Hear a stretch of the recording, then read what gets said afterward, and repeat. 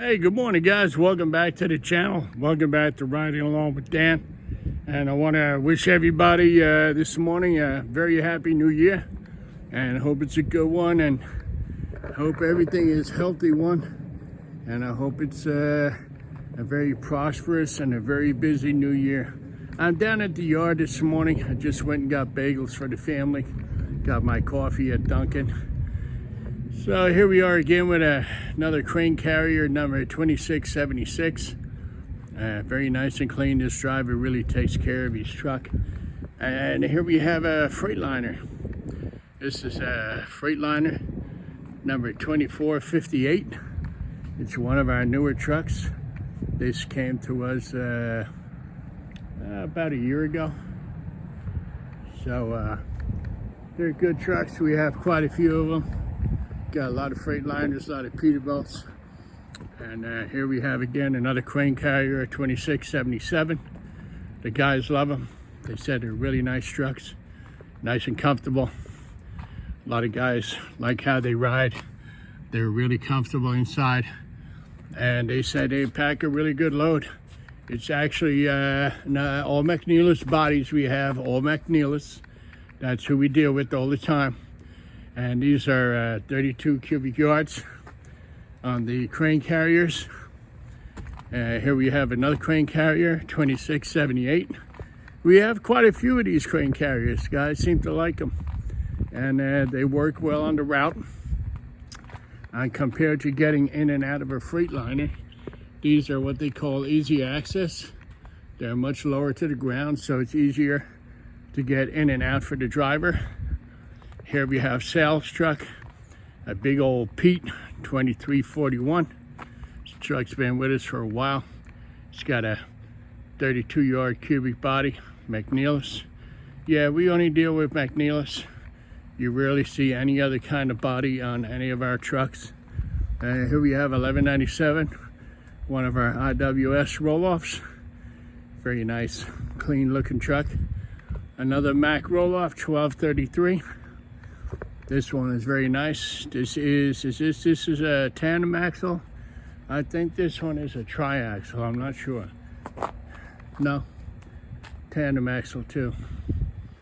And here we have a couple of IWS. I think 10 yards. And here we have the old Pete, 1297. It's one of our older Peterbilts. Actually runs every day. It's a tandem axle, very nice truck. I mean, it's not the cleanest truck on the inside for sure, but it's been around for a while. And it's still running, and it's a stick, not automatic. Very rarely you see that today, right? See that stick in the middle between the seats. A lot of drivers look at that and say, what the hell is that? But yeah, that's the way it is today.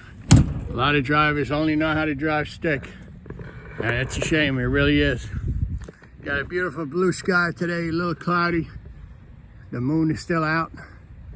A little chilly out this morning, it's about 36 degrees.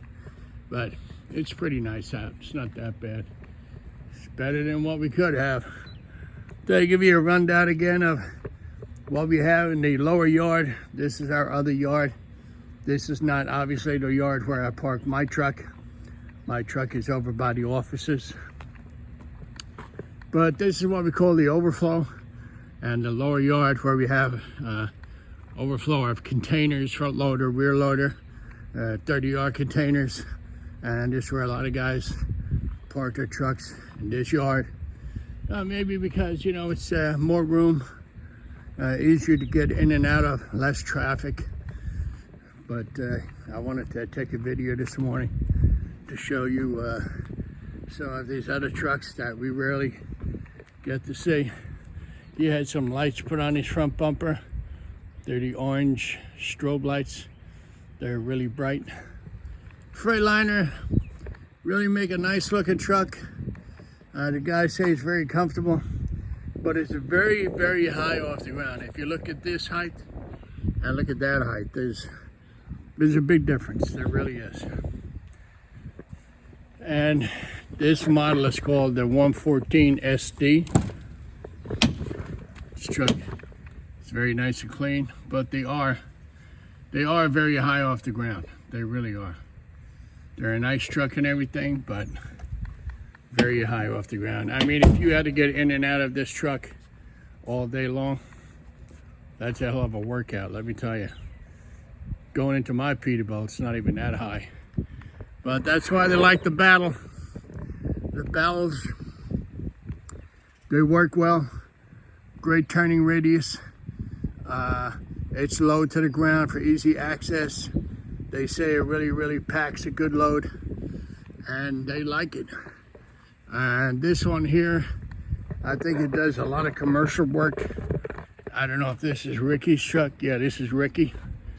Ricky keeps his shit nice and clean, man.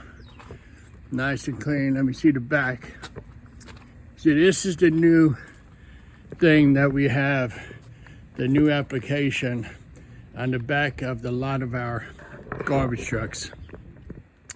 So the whole idea of this is there's no more like hooking up the cable to a 2-yard or 4-yard or 3-yard container.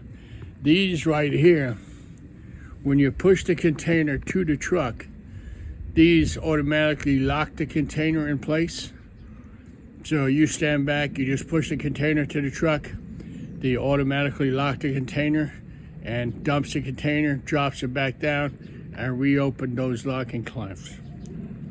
So this bar, this is called the push bar. This is what tips the container up in the air.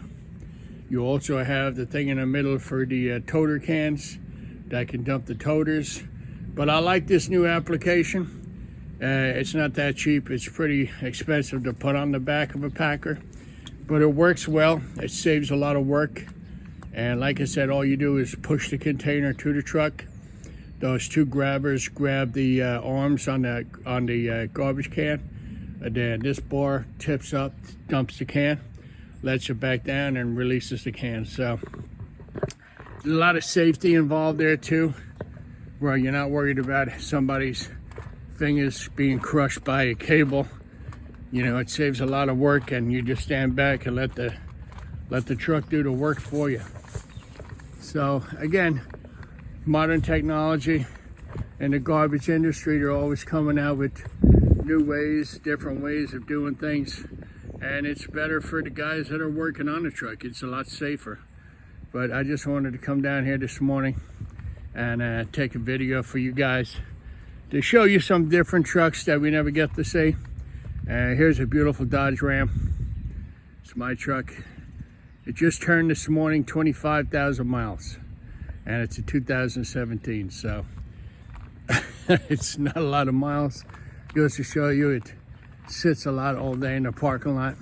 And I just want to give a shout out to one of my subscribers again this morning, Jerry Fahey. You're right, Noel certainly does drive like a granny. He's getting slower and slower in his old age, and yeah, Tony was the better driver for sure. So Jerry Fahey, thank you for subscribing and liking the channel. I appreciate you watching, and you have yourself a happy new year. And if you see the old man Noel, tell him maybe it's time to retire. All right, guys, everybody have a great day, and be careful out there tonight. If you're going out partying, call yourself an Uber driver, and I'll be back here tomorrow morning bright and early, back at it.